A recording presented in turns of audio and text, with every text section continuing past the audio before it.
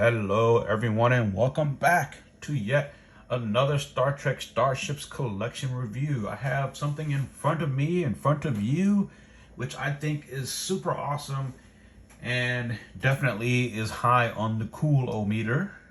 This is the USS Valiant NCC-6089, also known as the USS Defiant concept model. So basically this is what the USS Defiant would have looked like in the early stages of its development as far as the production goes, the Star Trek production team goes. And ultimately the design as seen here was rejected. And so in favor of the design that we ultimately got, which we all love and admire. So Eaglemoss was good enough to put this concept art into a model. And here it is. So, and it comes in one of these smaller boxes, which these exclusives seem to come in these days. And just really quickly looking at the box, you have some ship artwork there. Of course, the model and the registry there. Got some more stuff on the sides. And then telling you just a little bit about the ship on the back there, or what's inside the box. And a few things that are coming up soon, which are pretty cool. Personally, out of this list here, I'm looking forward to the Klingon D5 tanker there, seen from Star Trek Enterprise. So yeah, that's cool. And I might get the Kazon ship too. So yeah, let's open this thing up and get the magazine out, and we'll look at the model very shortly after that. All right, folks, and there you have it. Here's the magazine for the USS Valiant concept, or Defiant concept. It's a little bit smaller than normal. The camera is zoomed in, so you kind of can't get a scale of it, but it's a little bit smaller than the average magazine, definitely smaller. Obviously there's no issue number because this is a special issue only to be found on the Eaglemoss website, or Hero Collector's website now. And so yeah, it's got some basic information here. It is the USS Valiant concept, NCC-6089, active in the 24th century, and of course it's operated by Starfleet.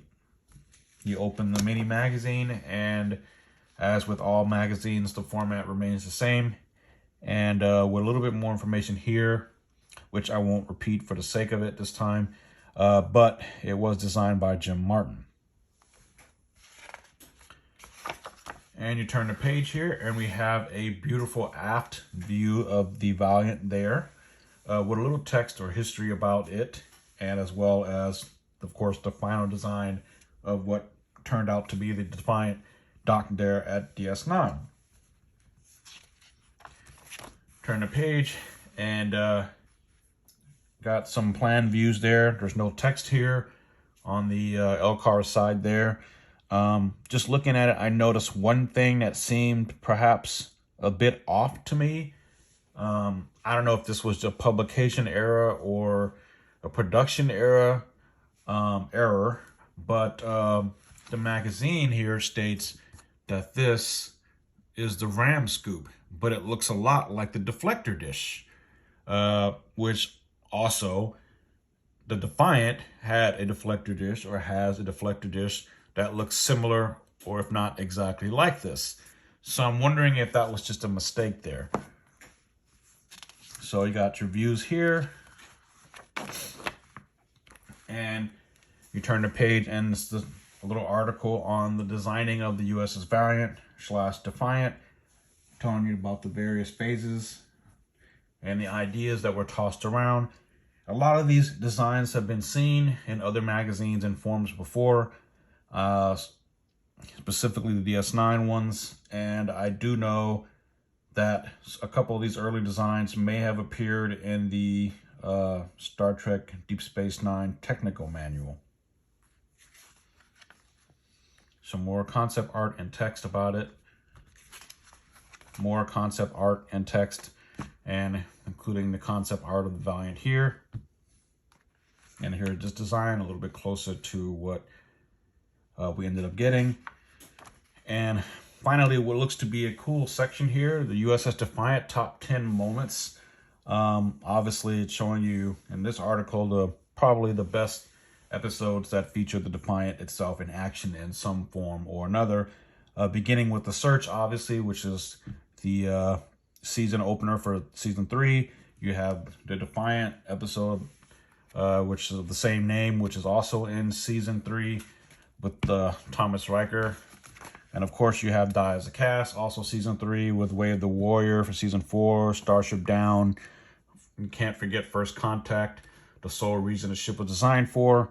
And then perhaps one of my favorite episodes, Sacrifice of Angels, one of the Dominion War episodes. And One Little Ship from season 6, I believe. Also one of my favorite episodes. And Tears of the Prophet, the Defiant, saw a lot of war action in that episode. Another Dominion War episode that was the season finale of season 6. And the Changing Face of Evil, which was the last appearance of the original USS Defiant because it was destroyed by the Breen at the Second Battle of Chantaka. And so, yeah, pretty neat and nice magazine, small and compact. And on the back, we have our view of the ship there. So, yeah, not bad. And now let's look at the concept model itself. All right, folks, and there you have it. Look at that. What a nice model. Pretty big. It looks big on camera, but it fits in your hand about that big, so it gives you an idea as to the scale versus the palm of one's hand, at least my hand. The coloring is a whitish color.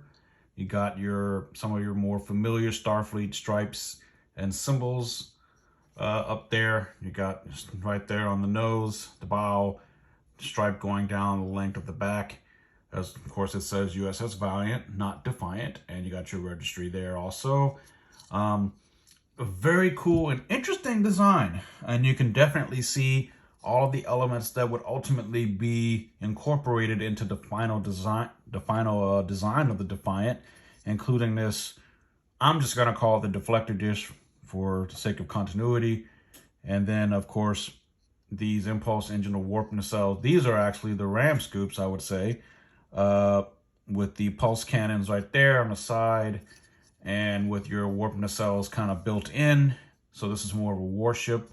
Your impulse engines on the back there. Your bridge, main bridge up here. The thing is heavily armored. You can see the different Aztecing and texturing on the model. On the underside, you can see USS Valiant, registry on both sides of the underside of the nacelles there, with your Starfleet stripe and symbols throughout. And it's very, very cool. It would have been cool perhaps to see this perhaps in action as a different ship, or the episode The Valiant that was in season 6.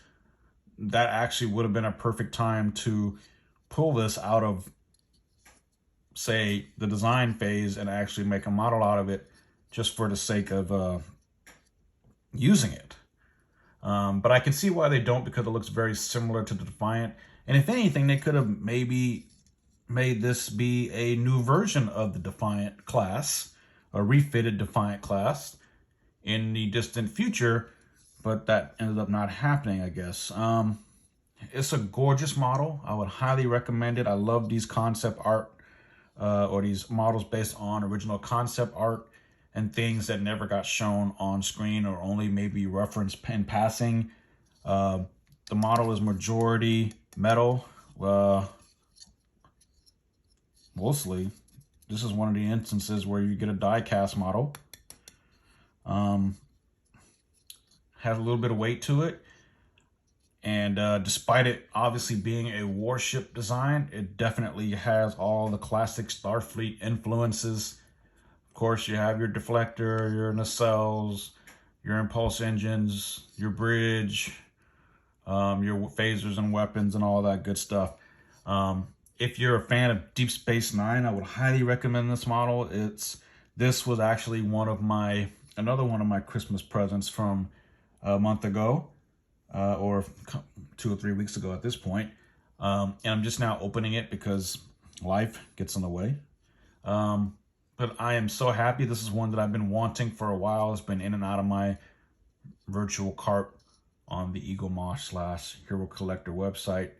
But I'm so grateful that it was given to me as a Christmas present.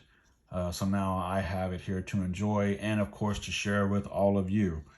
Also, the registry is there on both sides of the nacelles there.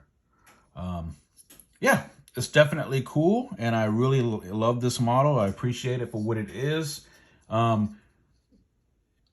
Would I have just replaced the Defiant model or the Defiant, you know, the actual model or the actual design that they ended up going with? I would say no, but this definitely fits within a lineage, and it would be something, or it's something that I can appreciate as an afterthought. And it's a very, very nice model. They really did a good job with this, pulling it from sketch and concept art to physical model form, and in the good quality that it is. So yeah, definitely pick this up. If you weren't fortunate to get this as a Christmas present, it can be found on EagleMoss/Hero Collector's website, and I think it'll run you about $29, give or take. And it will come in the smaller and nicely packaged box here. And of course, it comes with a stand also inside the box. So definitely worth it, and I would highly recommend it. If you have any questions, of course, about it, please feel free to drop it down below, or any comments or criticisms, and I'll be happy to get back to you when I can. So yeah, do kind of go out there and get this one. This is one of those things that will that may disappear at some point, kind of like the famous USS Bonaventure from a couple of years ago that I still never got. Yeah, definitely worth it. Highly recommended, guys. Go check it out, order it, look at it, play with it, all that good stuff. I'll keep thinking that how I would have loved to have all these ships back in the day, in the late 90s, when Deep Space Nine and Voyager were on the air, when Enterprise was in its conception, in its early stages of conception and development, and Next Generation and the original series were on reruns. Those were the good old days. And if I had any of these ships back then, I would have lost my mind. So yeah, guys, thanks so much for watching. As always, I appreciate your time to listening to silly old me talk about a few ships every once in a while. So until next time, guys, live long and prosper, be safe, wear your masks, take care of yourselves and each other.